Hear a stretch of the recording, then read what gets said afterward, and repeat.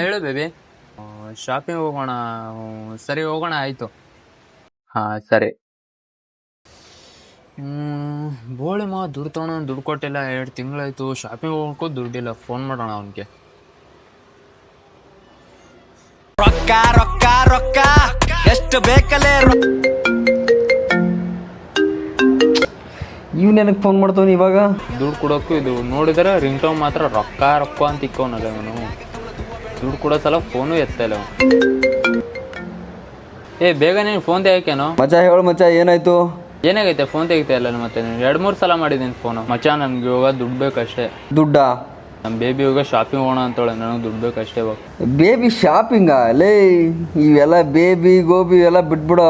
ಲೈಫಲ್ಲಿ ದುಡ್ಡು ಮಾಡೋ. ದುಡ್ಡು ನಮ್ಮನ್ ದುಡ್ಡು ಇದ್ದವ್ರಿಗೆ ವ್ಯಾಲ್ಯೂ ಇದೆ. ರೊಕ್ಕ ರೊಕ್ಕ ಎಷ್ಟು ಬೇಕಲೇ. ರೊಕ್ಕ ರೊಕ್ಕ ರೊಕ್ಕ ರೊಕ್ಕ